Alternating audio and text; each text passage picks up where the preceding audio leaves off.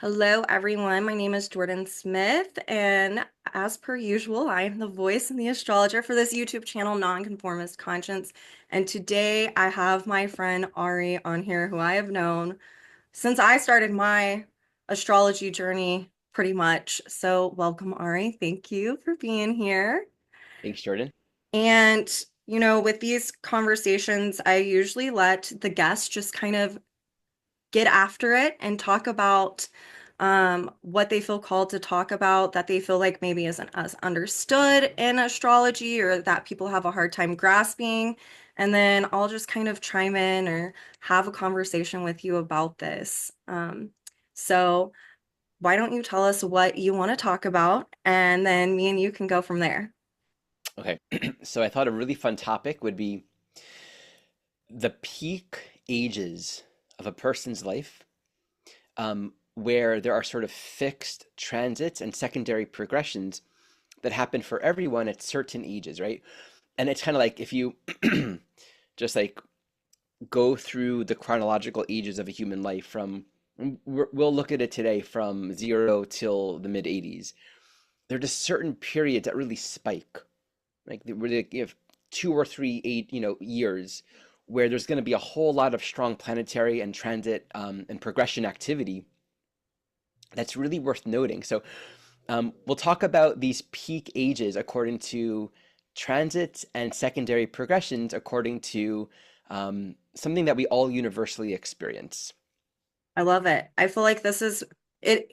It is one of those things that people do talk about. There's the high ones like the Saturn return or nodal return, but there's some other key ones that I think are important for people to understand because then they can go and look at, you know, reflect on the past of, oh, well, that is what was going on back then. And this is why this was happening. And this was what this was signifying and meaning for me. So I'm excited to jump into this.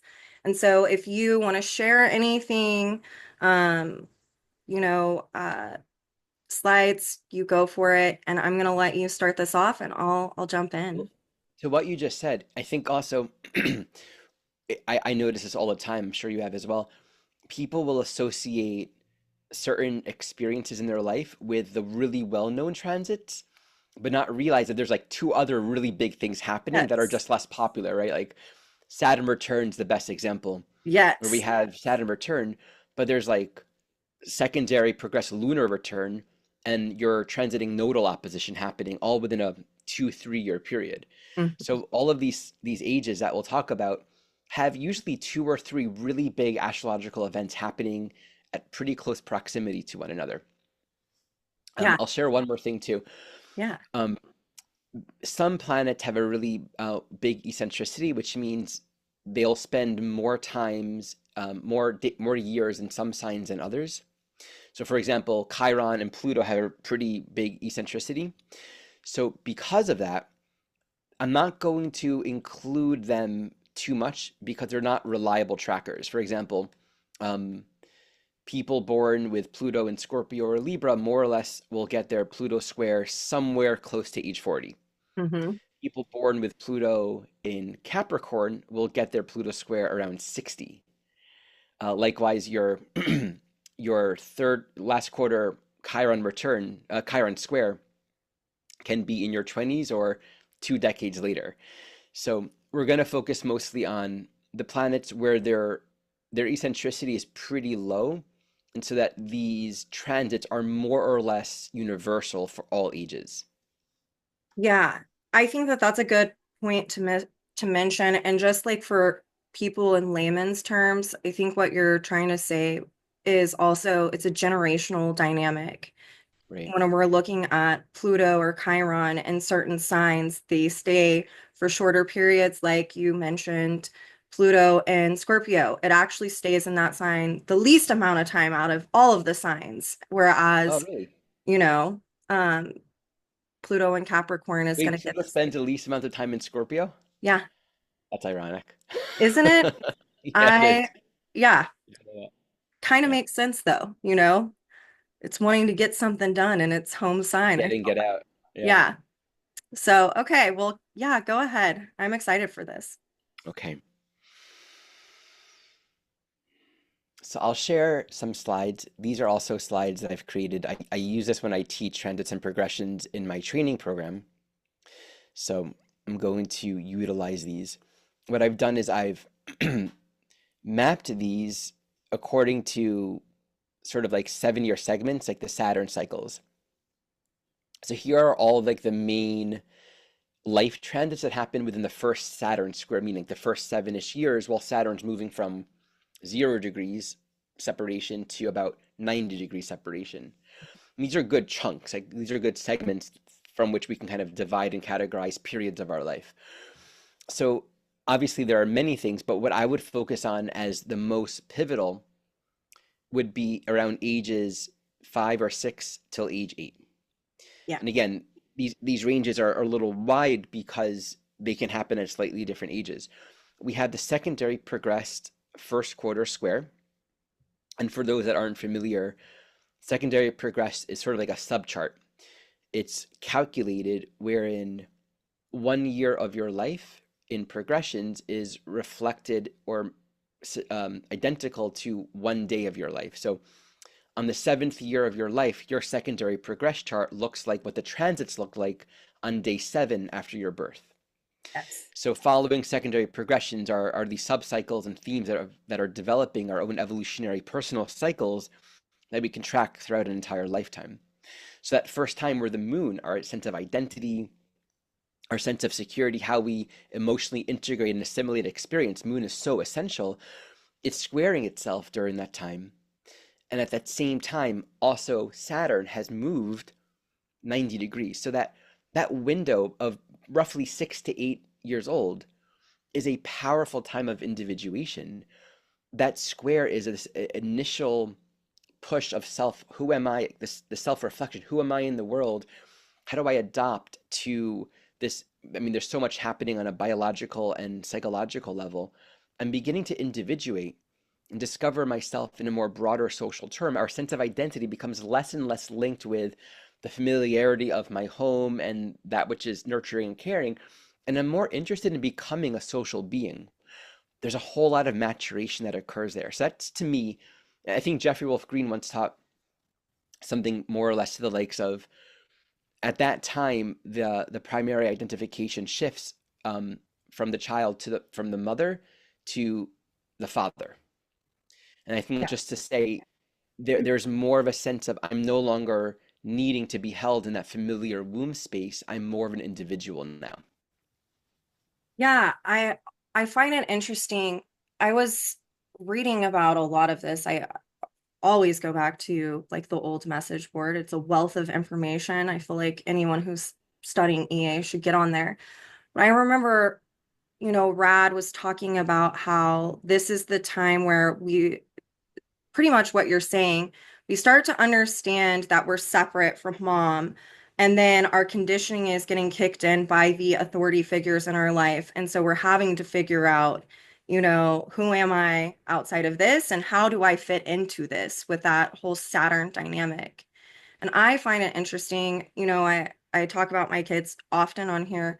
My oldest kiddo's first Saturn square, they have Saturn retrograde in the 10th house. And that is actually a time whenever I was a single parent and their dad was absolutely taken out of their life.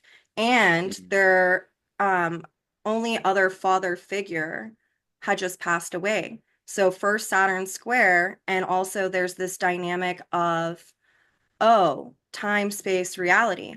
It's mm, like the first introduction of I have a limited amount of time to do X, Y, and Z, and there are mm, external influences that are reflecting this back to me at this time to make it really clear that there are some Saturnian lessons that are starting to kick in at this point in time. And of course, not everyone's gonna, have the situation that my child did, but it's a good one to use for just how that can be so sometimes people's charts become very literal, and that's a good absolutely. one. Mhm. It really it kicks into motion a lot of the core soul dynamics. It makes it more real. I was just thinking, what can I remember from my life? And I have two memories. So somewhere between 6 and 7, Mhm. I have a memory of being in kindergarten, and more or less I recall needing to go to the bathroom. Mhm. And I mean, there's so much individuation. I'm in a new school, it's a 30-minute drive from my home, and with all these new people, and I didn't quite know what the protocol was, right? Like, I have to go to the bathroom, but how do I let the teacher know? And when do I let the teacher know? There's like Yeah. this sense of like feeling confused around how to navigate. I have a need. How do I express that need in an unfamiliar? And it just felt like a very hard, I think it's really cool to remember the psychology of what it's like to have an accident when you're 6 years old, because Yes. all kids do it. But I could Yeah. actually remember the confusion that I experienced. Like I know I needed to go, but I didn't know how to ask. And then Yeah. another memory is we're on the blackboard, and I'm a righty and there's this other girl who's a lefty, and my arm brushed her arm. And it's like a religious school. And I Hmm. just remember being socially aware of my arm touch her arm, and that I sensed and felt her awareness of it and other kids and what they would think of it. It's like all of this social awareness suddenly that I've never experienced before. Yeah. You're having to figure out the social boundaries too. It's such a boundary thing when you get down to brass tacks about it. I think, Mhm. you know, some of my Saturn square, I think this is a theme in my family. My Saturn square, what I remember is this was whenever my dad had his first heart attack. So it got me really introduced to, you know, like, oh, well, how would I even exist in the world? Like if it made me very aware of someone can go and not be there, or luckily he was able to stay. But like, I remember having all of these thoughts of like, well, what happens? Like, how would I be able to, who is mom going to take care of me? What's going to go on here? Just all of these questions that start a cycle of, I think, deep self-reflection at that age, like to the capacity that a child can. So that's what Right, it was yeah. inducing for me as I remember just being in my room and like self-reflecting and like really trying to be like, well, how would I do this? Now I have a lot of Capricorn, so I was more of like, you know, trying to figure it out and control it, right? Good old Capricorn. But I find it interesting because it's like when you're learning these social boundaries and how the world exists and your place in it, and um, you're also realizing that you're separate from things, and then also there are some things when we're thinking of Saturn, we can think of control, but there's also sometimes there are things that we can't control, and it's teaching us about that as well. And that is, it can be a Saturnian lesson. For those of us who are parents, it's helpful to appreciate. I think there's more natural self-reflection and self-awareness and social awareness in our children that's emerging at those ages, because it just there's so much being internalized. All right, shall we Yes, move on to the next? absolutely. Okay, so the next one, kind of following with those same planetary energies, is basically from ages on the low end 12, on the high end 16. Most people, not necessarily that far of a gap. I mean, 12 is really the starting point of that. That's your Jupiter return. And then we have secondary moon opposition, so where that progressed moon is opposite your natal moon. And then Saturn opposition, where Saturn's opposite your natal Saturn. Um, to me, this is probably in the top three of the most significant and permeating period of change in our life, right? So at the low end of it, you can have your secondary progressed opposition coinciding with your Jupiter return, right? So these things could happen if your secondary progressed moon is happening on the earlier side. This Jupiter return is this immense expansion of philosophical, social, larger cosmological awareness. It's like in many traditions, you're going to be sort of on the precipice of initiation into adulthood. You're learning about the world that you live in. You're beginning to think for yourself. You're beginning to understand your place in the cosmos. And I think in context with the two oppositions that are coming, it brings up the question, Who am I? How do I want to live? What are my ethics? What are my values? There's so much. And I think in the span of an entire lifetime, that puberty window is the only window in an entire lifetime where that amount of physical biological change happens on every level, on the brain level, on the hormonal level. We never go through a period of greater physical change in our entire life other than when we're born and when we die, besides for puberty. So it's so Absolutely. and it's so fundamental. Everything changes, and that's so explicit to the nature of an opposition. So Hmm. again, and it's funny how it's interesting how Saturn and the progressed moon kind of they separate the older you get, but because their cycles are relatively close, like a secondary progressive lunar cycle is a little over 27 years, and a complete Saturn cycle is about 29 years. So they're always going to be really close to each other, for the first 60 or so years of your life. They're going to move into new phases at roughly the same time. Hmm. So, and it's interesting because the Saturn moon archetype or a polarity, it has so much to do with who am I, what do I need, how do I care for myself, and who am I in society. So, you know, for me, right? And I have a second house Saturn, right? Scorpio. So I have very vivid memories and more stories than I would want to tell of that time period of reconciling with, okay, what is the proper way to behave? Right? What does my culture, my religion, my society talk about proper conduct and sexuality, and how do I deal with right behavior? So we can become very repressive, we can become very depressed, we can become very rebellious too. That opposition can be you know, this stark awareness of where we're needing to conform or fit into, but then feeling really put off or repressed by that. There's just so much happening that we don't really know how to integrate it all.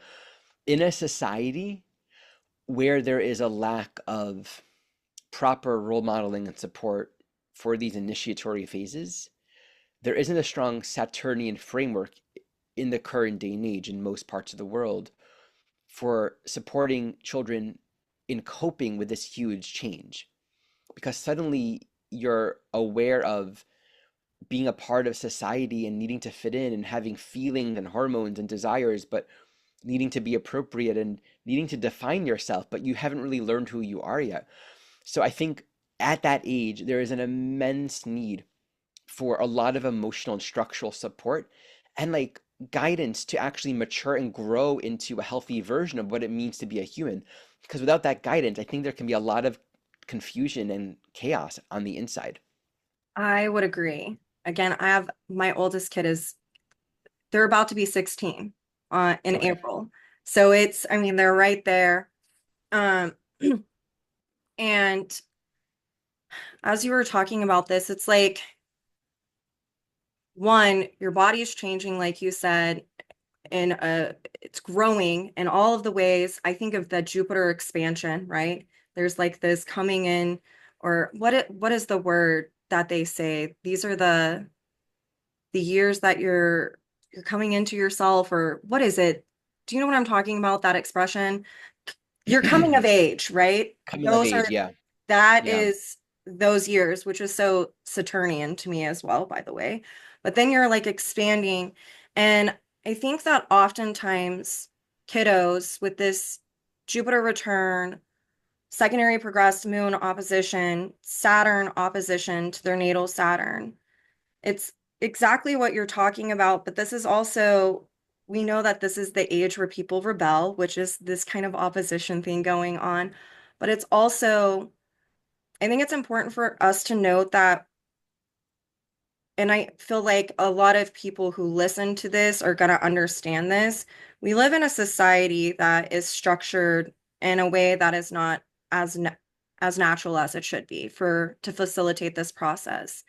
And I think that it's worth mentioning just psychologically that first Jupiter return can induce a lot of alienation. If you are wanting to be your authentic self, you're starting to really realize and grasp, like, this is who I am, and you're realizing I'm very different than my environment, that moon, and then the society and how it is structured right now. And so we see a lot of kiddos during this time. I mean, I experienced it. I watched it happen so much. It's like, how do I fit into this world, or should I even really be fitting into it? Like, do you know what I'm Mhm. saying? And so there can be that depression on a biological level, and then stemming from when you are a bit different than your environment, and that Jupiter is coming in and it's really asking for you to be authentic and to really ground in that. And yet the environment is like, no, that's not the way that we're supposed to be. And so it just is, it can be, um, I think about the kids in my generation, like whenever I was a teenager, Pluto and Scorpio, but we have that um, Saturn conjunct Uranus, Neptune, kind of depending, the phases Mm. just differentiate. And this is where my generation started to become the drug addicts, Right. around this age. And then it makes me think about, you know, what was being suppressed, what traumatic, because that's a big trauma signature to me, that triple conjunction. And it's like, what trauma did some, not all, I don't want to overgeneralize, experience around their authenticity, and why are they trying to escape it or suppress what is natural within them? And then it makes me sad because I'm like, it goes back to what you were saying. We should really live in a place where society is structured to just be accepting. Like, I think you understand this as a parent. That's like my biggest thing with my kids is acceptance. Like, you can be free to be whoever you want to be, and I'm going to love you always, you know? And I'm not going to demonize you for going outside of like the status quo or this or that. And I think that's just a natural way of parenting. But how many of us can really say that we had that or we Right. see that going on, right? And that's, I mean, that's the very tension of Saturn and its opposition, Yeah. because there's all these rules and expectations from your parents or from society, from culture. And so it's like, well, I am who I am, but I need to be who I'm supposed to be. And Yeah. it's interesting because I think it's almost hard to not fall into one of two extremes during this time. Yeah. I know what extreme I fell into. One extreme is you become very good. Like, like okay, I got to be a good person, right? I got to Mm-hmm. fit into the mold. The other extreme is you become very rebellious, Mm-hmm. right? It's like the authority figure, your parents. You don't want to just follow your parents' orders. You don't want to follow what society tells you to do. So it becomes like this struggle with authority. I was definitely the good kid, I right? was But it's like not. that's, yeah, I figured. Was not the good kid. I had a, Uh, and if you're the good kid, if you're repressing, right, that has to come up later, and often it's like the other cycles. And I think for the first 30 years, um, my observation is these initial Saturn squares, like the Saturn square, the Saturn opposition, Saturn return, the two Saturn squares are a lot more impactful than the latter Saturn squares that happen throughout the rest of your life, because this is the Agreed. first time we're really forming an identity in the world.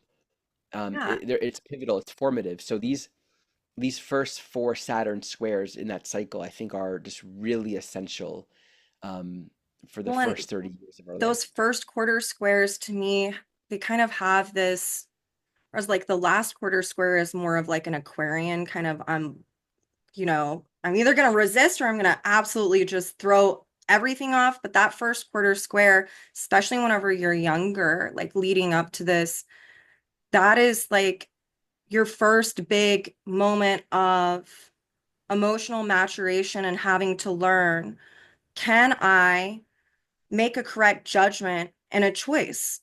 Hmm. I think for me, I was rebellious. I mean, I was just angry. I've got like Moon, Mars opposition, 12th house. Didn't even realize I was angry. So angry at the world. But what I will say is that Jupiter return, on the heels of all of this was where I got into a bit of duplicitous behavior. I had a lot of, which is a form of cognitive dissonance, like if we're being, Mm-hmm. honest. Like it was like, and it's an overcompensatory behavior, right? Like you want to be authentic, but you on some level it's like you're trying to navigate like, do I be authentic, or do I do what everyone says that I'm supposed to do? And so it's like you can have this experience of, at times I was doing what everyone wanted me to do, but on the inside I was like, this is not who I am, you know? And so it's this juxtaposition of teaching you I think it's teaching you honestly a Saturnian dynamic of self-reflection again, in Mhm. order to, we can't cultivate wisdom without making mistakes, right? And when we make mistakes and we take accountability, all of these Saturn words I'm thinking about, that means that you have to self-reflect and you have to own something. You have to own what's yours and not own what's not yours, right? But that takes some finessing and a learning of, how do I make correct judgment? I've got to mess up a little bit and figure out, this doesn't feel right or this feels right. And then if you are doing that self-reflection work, that is where the wisdom builds over time. And I think that that's also what you're talking about, is it becomes easier and easier because you're practicing it throughout your life. But those initial ones, oh, hard. So hard because So it's the much first time. guys, completely. And just as parents, again, to teach and empower children to have that safety and that spaciousness, to figure it out, to experiment, to actually find out what is it like to be you in the world. Um, it's worth mentioning too that these phases, like these 7-ish year cycles, often become templates to play out karmic dynamics. And it's Mhm. like we won't be able to make any other choices than the one that we've made oftentimes. Like for me to become very conservative, it wasn't even about I'm needing to be accepted. It was about I really wanted to be a good person. I wanted to be ethical, right? Mhm. And I wanted to live according to my understanding of what God wanted of me. Mhm. And I had to experience that and play it out. So the culture, the family, the society that we were born into, we're going to play out the experiences that oftentimes will set us up for the kind of awareness and self-awareness that we will cultivate Yeah, as a result of those experiences. And such a big part of our early life experiences are going through the stage of what we've intended to go through so we can kind of like catch the teachings and move on with our life. absolutely. And I love that you brought that up because it actually, I had an experience with a family member a while back, and they were like, now I don't really agree with this because it's like coming from a more like kind of judgy place that's not necessarily rooted in authenticity. I don't really want to get too much into it, but essentially, I had like a family member and they were like, well, unfortunately, you'll have to suffer the consequences of your actions. And my actions were, so this is a Saturn thing. Yeah, Now, my very sad. actions were, at first, I was really pissed off about this, but the reason why this is getting brought up in my mind is this is segueing off of my experience of that Saturn opposition and that Jupiter return. I just wanted to be free. I wanted to be authentic. I wanted to, you know, um, think for myself. And, I didn't believe the things that I was supposed to believe. And, I was very much like, that's no. Um, and I kind of had my own spiritual practice whenever I was younger, not necessarily the words for it, but it was very different than my family. But I've been learning boundaries, and that's essentially what the consequences was about my boundaries that I was having, which was Mhm. the same thing that I was trying to do whenever I was younger and then kind of rebelled against it. And so now, as time is going on, it's like, Yeah, well, now yeah. we're learning how to respond to this instead of react to it too. Do you Beautiful, know what yeah. I'm saying? So it's And we can bring, very, yeah, and not taken in as judgment of, yeah, hey, you might just not understand me, and that's okay. You know what I'm saying? exactly. Totally. So, but I And love so that you brought that up. many of the identities that we'll try on during that time in our life are dynamics that we're going to be integrating and working with later on in our Mm, life from a matured agency. yes, I feel It's really that interesting. so much as you were talking about it. Okay. Okay, let's go to the next one. So I would also consider this probably to be somewhere in the top three or four most important, pivotal, right? And Hmm. it's not that long after the whole puberty. So, you know, there's a period in your life that is just, I guess, from birth, more or less from birth till early 20s. But this puberty window, and there's like some integration time, but you're a teenager, and that's always just what it is. From around 18 until 21 or so. Basically, we have the nodal return Hmm. at 18. We have the secondary progress last quarter square, Saturn last quarter square. All of that's around 19, 20, 21, 22. And also between 20 and 22 is the Uranus first quarter square. Yeah. So it starts, right? It starts with this nodal return. And the reason why I put the nodal return in there is because to me, that is a fundamental marker in the span of our entire lifetime. Like that nodal return is it's like a statement, it's a seal that says there's your life until now, but as a soul, the reasons for why you're here are now beginning to come through. The nodes being this portal of past dynamics coming through, being released, being resolved, being integrated, and our evolutionary purpose beginning to emerge. Something becomes very clear and evident. So karmically, that nodal return is the most dense in terms of meeting the underlying soul reasons for being here. So like up until then, it's a lot of integrating in society and the formation of the human identity and participating in the world and a lot of maturation. It's huge and essential. Yeah. But that nodal return is like, and here's the underlying soul program for this lifetime. Oftentimes I feel it's only at that nodal return that from a sort of, it's hard to qualify this, but from like a soul perspective, it feels often like our life really begins because that's almost where the journey sort of becomes a little more evident.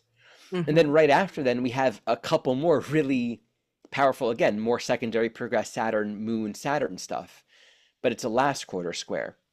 So it's, as you mentioned with last quarter, throwing off any kind of dynamics that aren't relevant or useful for the blossoming individuality, but it's more stress.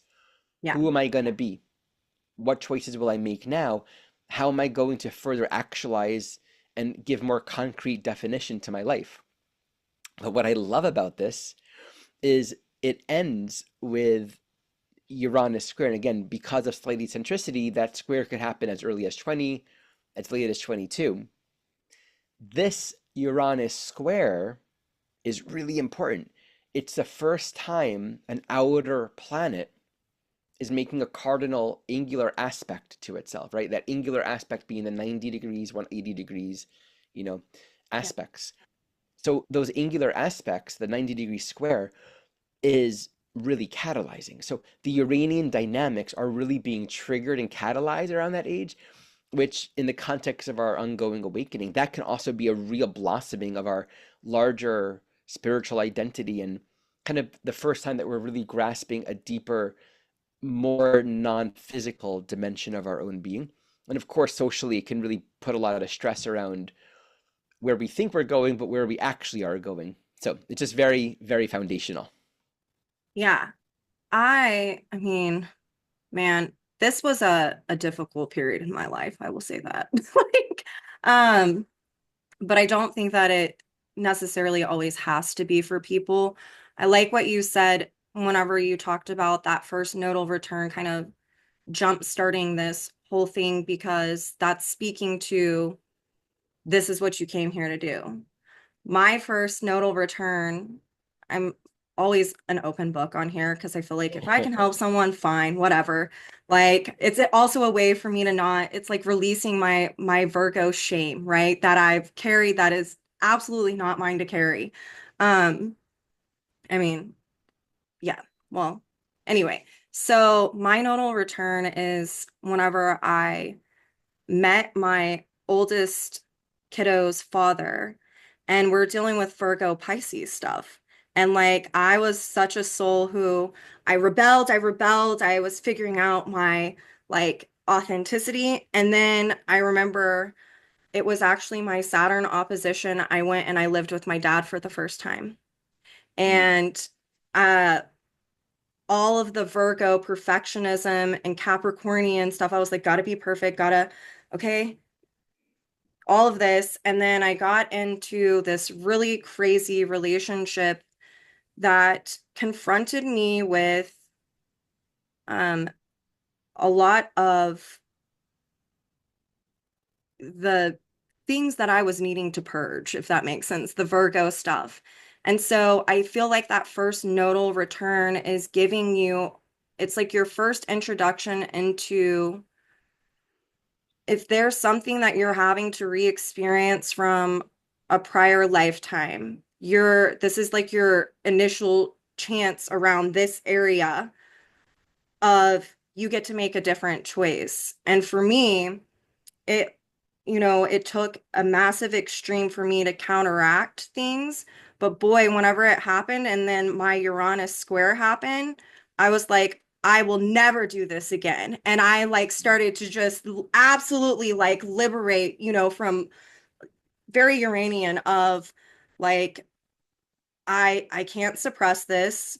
I'm not that person. And whenever I abandon, and then I feel guilty, which is natural guilt. Abandoning yourself is absolutely natural guilt. I want to make that very clear.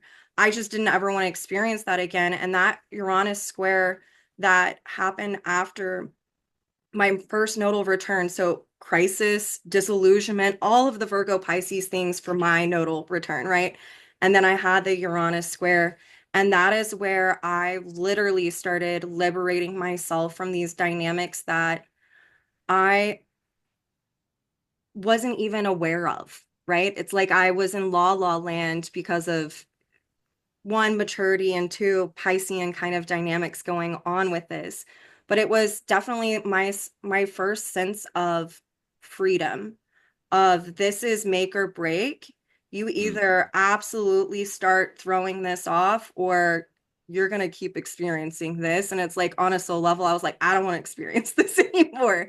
So I don't know if yours was, I mean, again, I have Virgo Pisces and my chart, but I don't know how your experience was with your first nodal return. I'm pretty sure you went to college, right? And then you had like these experiences of like really having to confront your individuality outside of the status quo of the college that you were in. I Yeah, think well, I I've was heard you supposed kind to of go to talk about Israel this. after high school. 'Cause I was struggling with my religiosity, right, at that point. Okay. So I was very religious throughout high school, and then eh, as I was approaching that nodal return, my questions and my doubts were just too strong, right? Um, Yeah. and again, my second house, Saturn in Scorpio, so I had a lot of repressed sexual energy, and I Mm-hmm. began forming like secretive relationships. So it's like still religious, but Yeah. finding these like secretive, it's wrong, it's bad, and no one can know about it, so I'm doing something wrong. So shame, shame, shame. Internalizing. Um, Yeah. and to express my sexual energy. And so I felt like a dishonest person. My nodal axis is Sagittarius Gemini. Yep. So South Node and Sat, I felt like a fundamentally, and I'm teaching, and I was even like in 12th, the nodal return can really start for, people who go to a typical, Westernish school system, 12th grade, right? Yeah.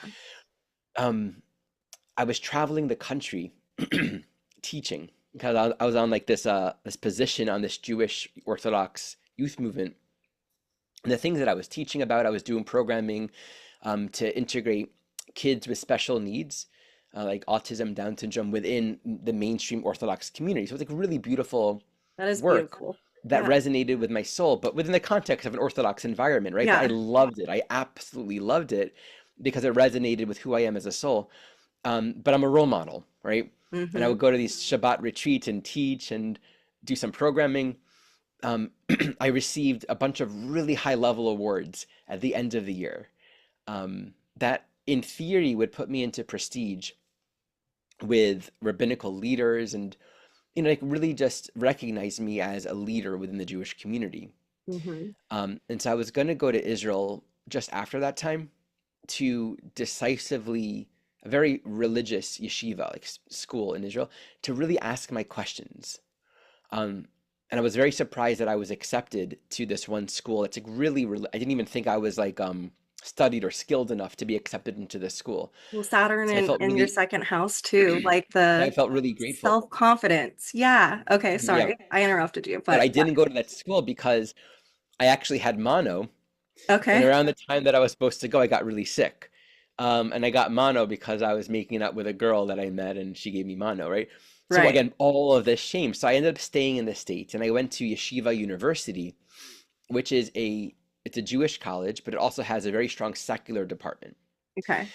And that allowed me to, really immerse myself still in the Jewish environment and ask a lot of questions, but study a lot and read secular books and also just meet more people. Like that Gemini dimension, it was a really good transition Yeah. because I received more of that Gemini, the broader world and duality and people with different perspectives and ways of thinking, but it wasn't too shocking.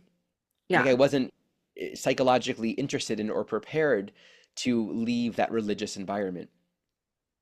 So I had this experience where I was still doing leadership work and I was a part of a group of college kids that would travel to different local colleges and do programming with the Jewish students in those colleges. Like we would do prayer with them, and I loved it, right? Like we would sing, we would teach prayers, and just basic education. And Yeah. even though I was struggling with my relationship to religion and God from a Jewish perspective and who I'm supposed to be, I still loved doing that because the connection and the prayers and like the Sagittarius qualities of just bringing out my authentic voice always felt really meaningful, Yeah. but I still felt like I was lying. So I told one of the rabbinical leaders, I said, listen, I love doing this work, but here's what's happening inside of me. And I was already like praying less. I wasn't waking up for all of the daily morning prayer. I was beginning to become lax in my practices that used to be very solid and devout and consistent. Hmm. And so when I told him that I'm questioning God and I'm just not sure if I believe in these things, he said, "Well, I guess you can't be a part of this, right?" And I was sad. I understood, but it was sad because it meant letting go of something that I really loved. And that was just a part of a series of letting go that began happening. The more honest I became, first with myself, and then just like being transparent with everyone else, because I really couldn't live with the incongruency of pretending to be something on the outside, but not really being that on the inside. More and Absolutely. more, I realized I didn't have anything to say. I didn't know who I was. I didn't know what to believe in. That was really hard. So towards the end of my first semester, I mean, I got really depressed, had a pretty big breakdown, but it just led to a shift where I be opened up to, again, this is why that nodal return for so many souls, just like here's where your life begins. I opened up to this hard awareness that I'm going to have to live my life and it's not going to be what I thought it would be.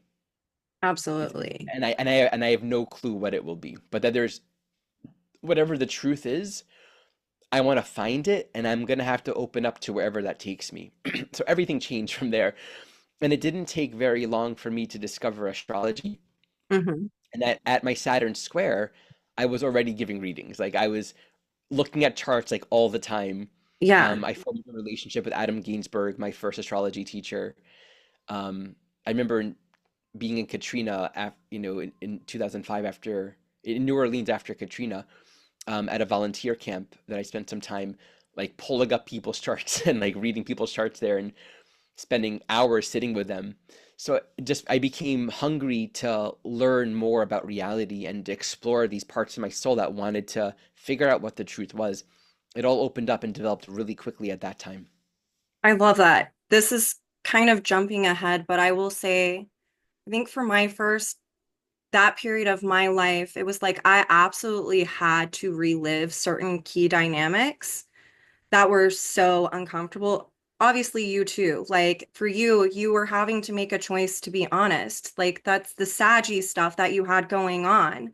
Like you could have easily, you know, not said anything to your was it the rabbi or your who One of at the the leaders, school? yeah, yeah. Okay, so um for me, it's like I had to really get in touch with being a masochist. That sounds so terrible, but truly, I did. I had to absolutely have that experience.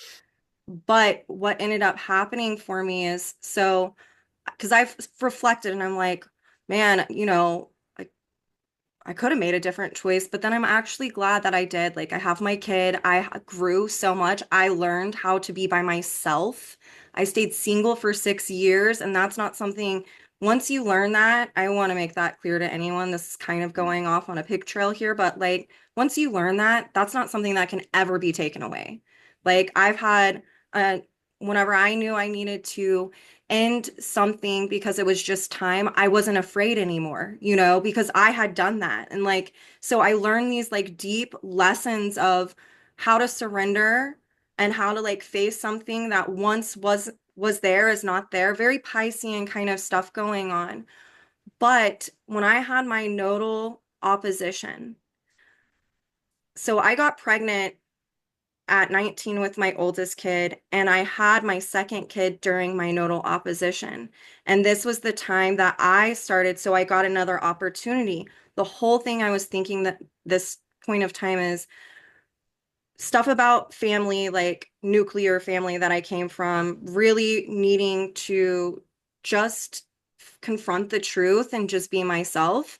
But then also this underlying question the whole time I was pregnant, which is fascinating because my son's Pluto is in the fifth house. Okay. And I'm like, oh man, this kind of makes sense here. Definitely a different person, but uh the whole time I was like, what is my purpose? There's something I know that I'm meant to do. Very Virgo Pisces. Like, I can't continue to have these careers that people want me to have and, me experience just absolute disillusionment every single time. Like, there's got to be something out there. And I was really deeply getting into like a more spiritual practice and not doing it here and there, like only when I was in a crisis. It was like, no, I need to commit and to devote to this because there's something I just could feel it. And so that nodal opposition I got really like brought out this opportunity for me to revisit something that I kind of started doing during my first nodal return, but I had to go back and kind of repeat stuff to where then it was like, you know, just absolute self-determination to figure it out from there. So you're talking about that nodal opposition, so Opposition. everyone can see. Mm-hmm. This is really the next pivotal life cycle that happens at 27 and a half or so. So this would be the next grouping of Yep. significant transits, basically 27 to 30. And as you mentioned earlier, like this is kind of so you're just speaking about this during the nodal opposition. So many people at 27 have again nodes have profoundly life-changing experiences, and they think it's the Saturn return. No. It's not. It's we're approaching the Saturn return, right? So like Yep. you're just a year from the beginning, right? But it's like it's a part of that whole cycle. So your secondary progress moon return. So that's sort of like a reinitiation of who am I? It's like this level of self-discovery and emotional reconnection that's really powerful. And it happens with the nodes opposite each other. And Yep. that's challenging, right? It The is. transiting south node on the north node is giving a lot of attention to, whatever is relevant to moving forward and growing. But then the transiting north node on the south node is giving a lot of attention as well to any kind of unresolved dynamics that need to be integrated. Yep. All of these nodal transits can be very challenging and also very growth oriented, both the returns and the oppositions. Yeah. So, for me, this was when I was really, I was already giving readings and earning money, but I think this was a pivotal turning point where sort of a career in this work became more crystallized. Mm-hmm. Um, During that window, I wrote it's like I began teaching students for the first time. Mm-hmm. I wrote up my ebook, Evolutionary Astrology Beginner's Guide. I was invited to write the foreword to Jeff Green's Pluto book somewhere around age 27 or 28. And at the Saturn return, I began teaching my first classes and like my first mini course around that time as well. More often than not, um, people go through pivotal life changes and become very introspective, deeply, reflective of where am I going.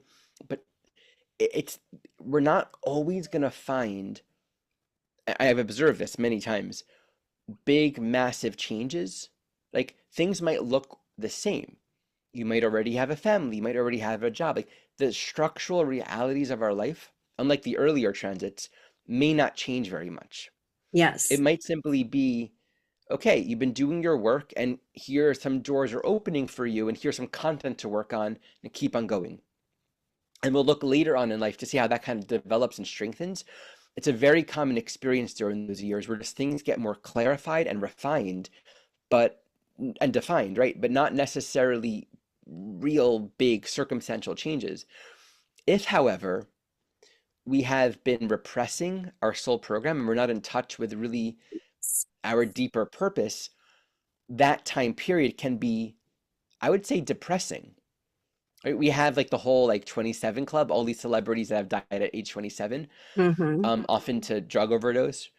Um, it can be really hard to face ourselves when all of this deeper content's coming up. And you have the pressure of that Saturn return, which is like, who do you want to be? We might need to make a very big course change, maybe quit the job that we've thought we've needed to do and Hmm. start to actually take a new course or go back to school or start a new program in a different direction. Or if we've been slacking off, Saturn return will say, great, now how are you going to support this family that you're about to get, you know? So Yeah, there can be a lot of pressure to make change. It can be very daunting and depressing.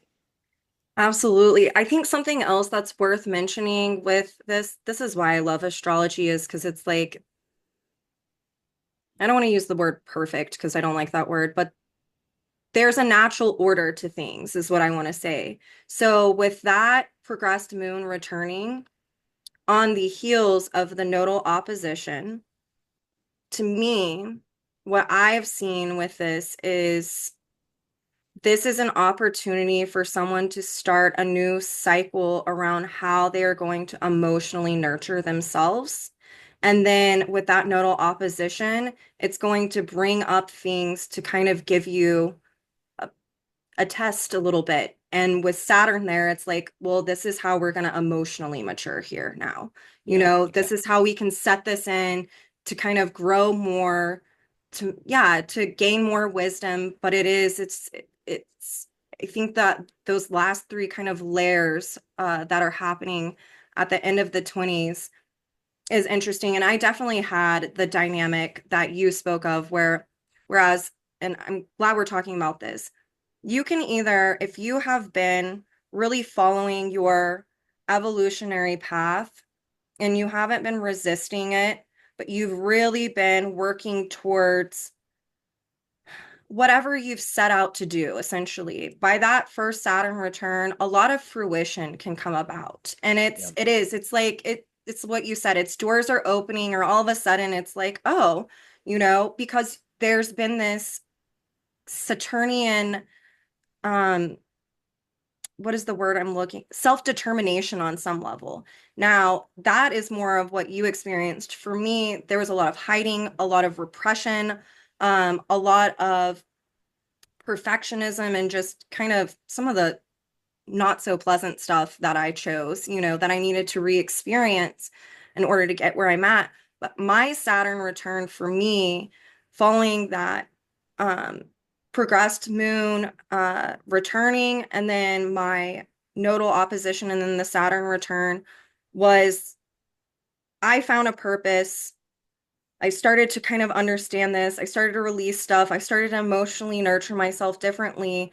But then I had to kind of do more of this Saturnian work of being my own authority. Like that was the true test of self-determination for me because I had been suppressing.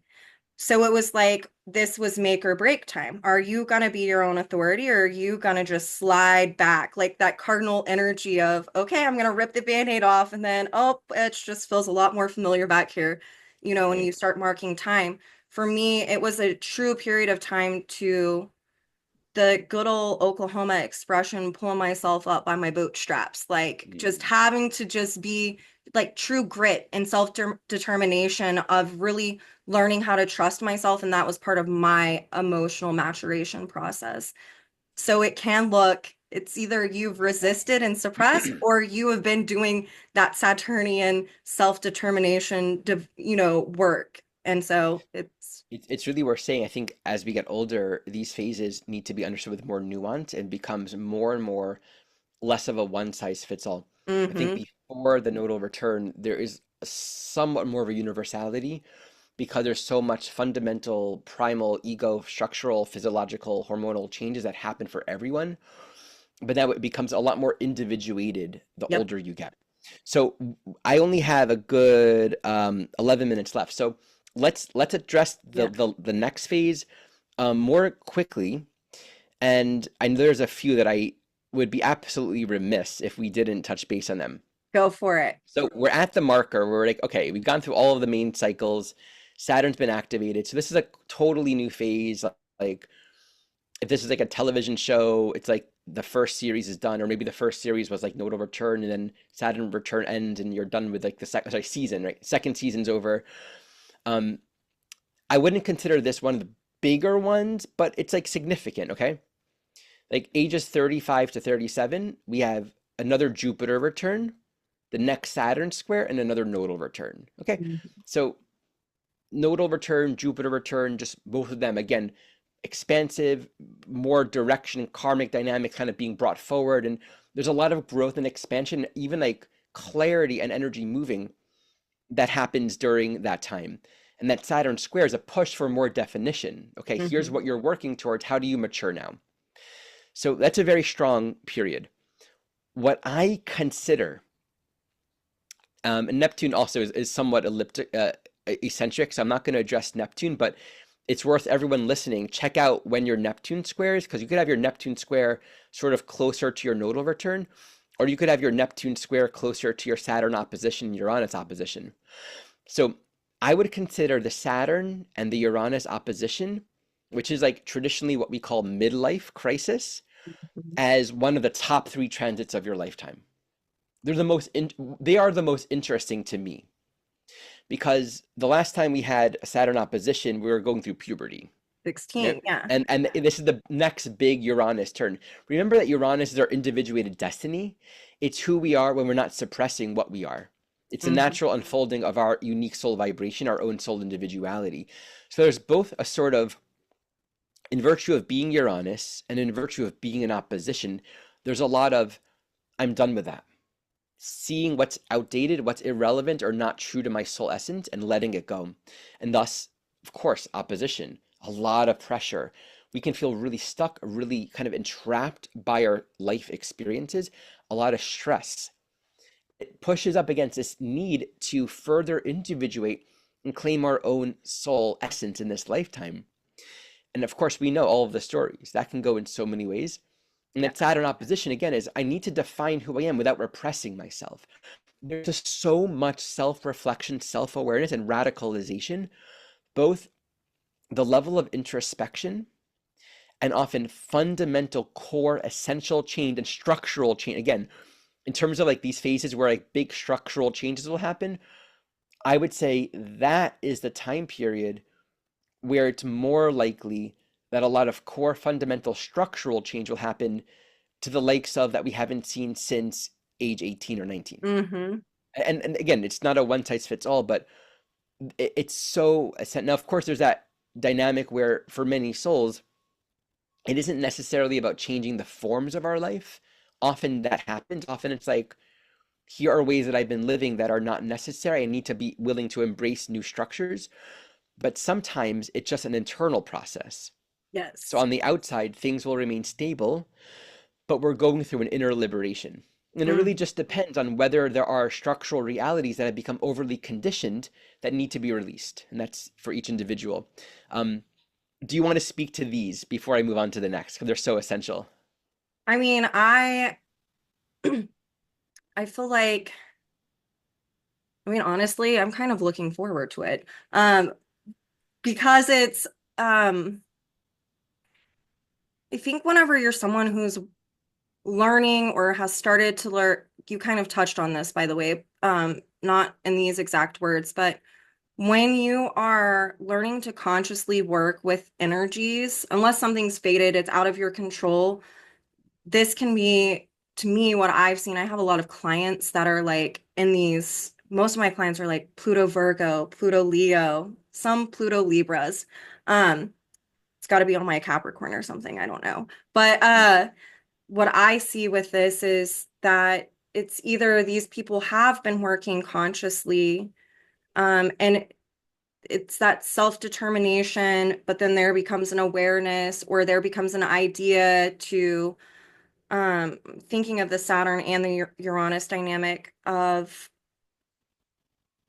all of a sudden it's career has been going this way. I still want to do this, but right. now I have this idea that I can build upon off of this foundation, but I first have to let something else go first. And so there can be this stress around that. That's something that I've typically seen a lot. And it kind of just depends on where the person's at on their journey. But then I've seen this to where it's like if this is someone who's been more rooted in kind of consensus reality, this is when they're starting to have like the freak out moment of, I mean, Mm, I've big heard like time. men say like, I'm an old geezer or whatever, like this is the time that I hear that. And so they're having to Mhm. question, their thinking around this or, time, space, reality, all of that. And then it's really, what do I have to do to be healthier? What do I have to do to continue to exist? I feel like that Uranus opposition can bring up a lot of fear for some people. You know Absolutely. what I'm saying? I mean, what's so fascinating is Saturn opposition can really be accelerating and bringing forward just the timing, the cellular timing of our human biology, right? Like Mm-hmm. we really might begin aging and become really self-aware of, oh, I'm Yeah. aging, right? Even as Saturn is in a gibbous phase, right? As our transiting Saturn is in a gibbous phase, moving towards an opposition to our natal Saturn, I think that's when a lot of that stress can actually begin to emerge of, oh, there's a lot I need to do. I need to take care of my health. I need to tend to all these worldly responsibilities. So there's both a sense of embracing limitations and becoming more masterfully self-defined, but then also a possible deeper spiritual initiation into our non-physical essence. So I love it's just that. profound. And it's really cool for everyone listening to check out, depending on your generation, sometimes these will happen in the same year, or they'll be a couple years apart. It's just really cool to track that. Hmm.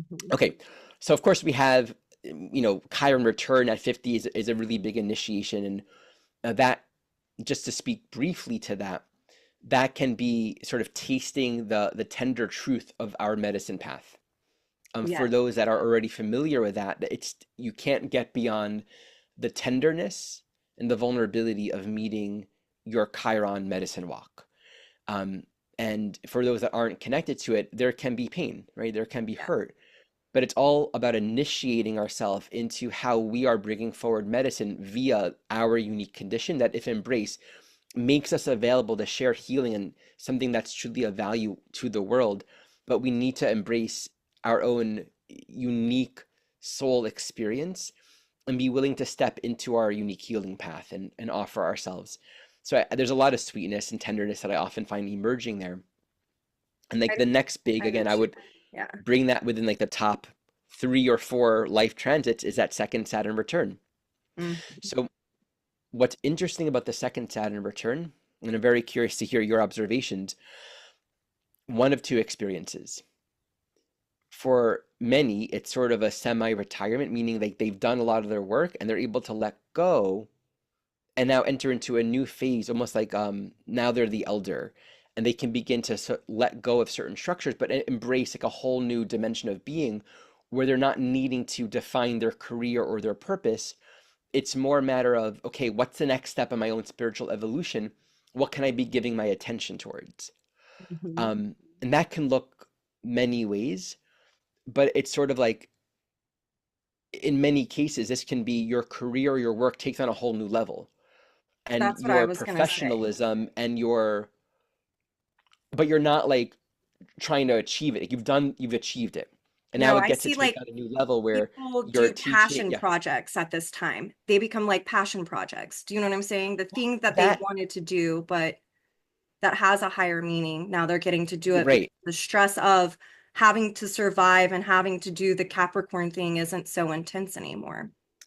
right. That's one dimension of it. But I guess what I'm trying to articulate is it's like we may not need to work very hard to get that success. We may have reached it, but then it's like our career and our work can move to another level. And so Yes. I see a lot of people and their career path and their teaching really take on a whole new dimension. And maybe it's instructing the next generation, or taking it to now you're mentoring others, or you're, the works that we've done can graduate Saturn to the Hmm. next level. And it's basically planting the seeds to really bring to completion the evolutionary purpose for this lifetime. And that's one dimension. But what you said too, there's this other piece where it becomes I've been working so hard, and for the past 30 years I've been trying to support my family and working, right? But what do I really want to do? Hmm. So I want to study astrology. And then for a lot of souls, it might be, I actually want to become an astrologer. So interestingly, a lot of souls, almost like it can be one, it's like you get old, you become the elder and you're like in that elder role. But at the same time, we can have the other experience or even simultaneous experience of I've been the elder, I've been the mature, responsible one. Now I want to start over and be young and learn. So I'm going Hmm. to take this class. I'm going to explore this project or this passion or this painting or this art. And that actually might open the doors for an entirely new, and usually we'll have already started these things before the Saturn return. And the Yes. Saturn return will be some sort, again, like the first Saturn return, it can very easily be, here's a direction that you are now to continue to develop for the Hmm. remainder of your life. And I think it's really fascinating.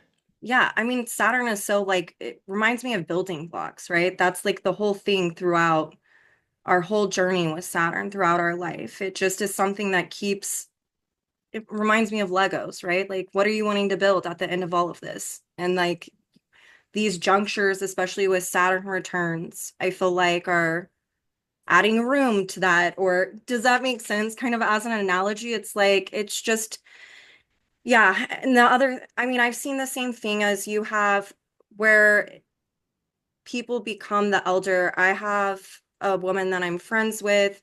She, it's kind of this duality. It became a passion thing, or it was always a passion, but she now had the time to. She was an attorney and she did a lot of social justice work.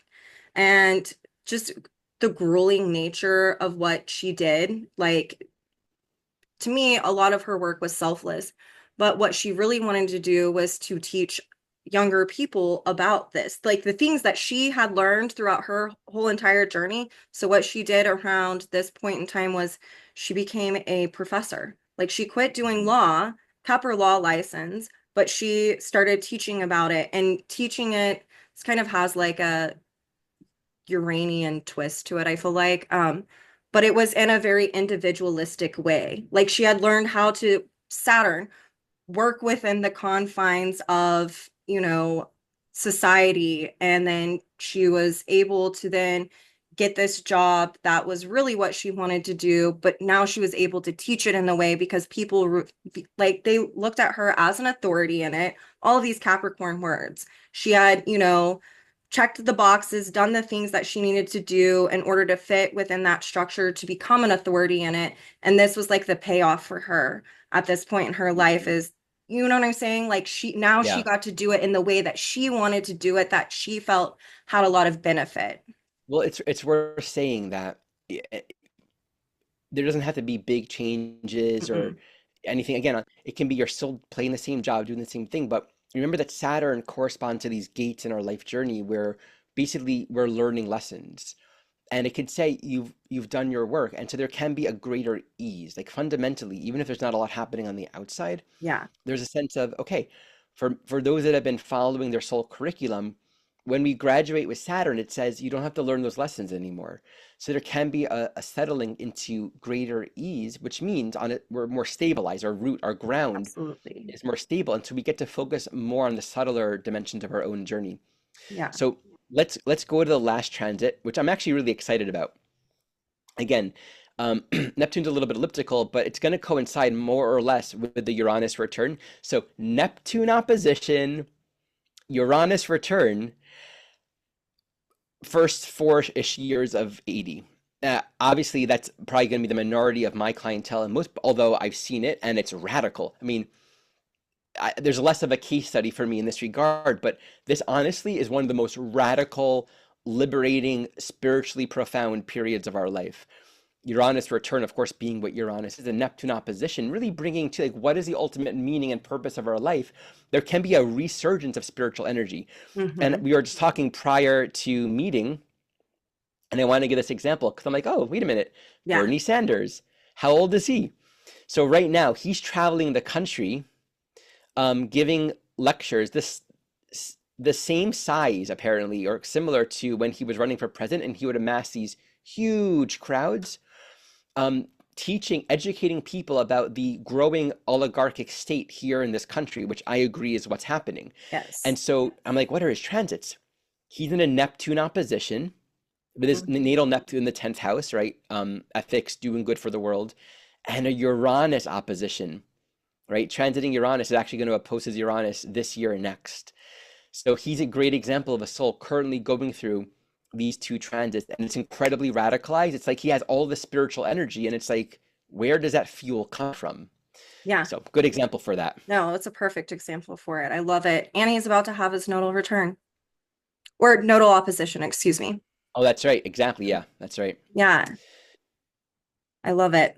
And he is, I think, well, we did talk about it. He's just like a grassroots, wanting things to be organic, wants to be a good steward. I feel like for him, whenever I'm looking at, he's got that mutable stuff going on in his chart. He's totally aligned with natural laws. His Uranus in that seventh house is very much like giving, sharing, and inclusion. And I'm going to be a voice and I'm going to, if it's got to be radical, that's fine. This is what it takes. And Yeah, exactly. again, the higher It'll be purpose, cool to higher see how meaning. it goes as Uranus actually moves into that opposition. I know it'll be Fascinating. interesting. Well, all right. Right. Okay. I know you've got to go, and I've had a lot of fun with you. It's great. Me and This is gonna you, be fun. very saggy, ended up kind of just, I love it. So before we get off of here, what we do want to say to people is me and Ari are teaching an upcoming class series for the Jeffrey Wolfe Green Evolutionary Astrology Association, and it is around Venus, sexuality, and evolution through the 12 signs. Ari is going to be teaching on Venus and Gemini and Sag. I'm going to be teaching the class of Taurus and Scorpio.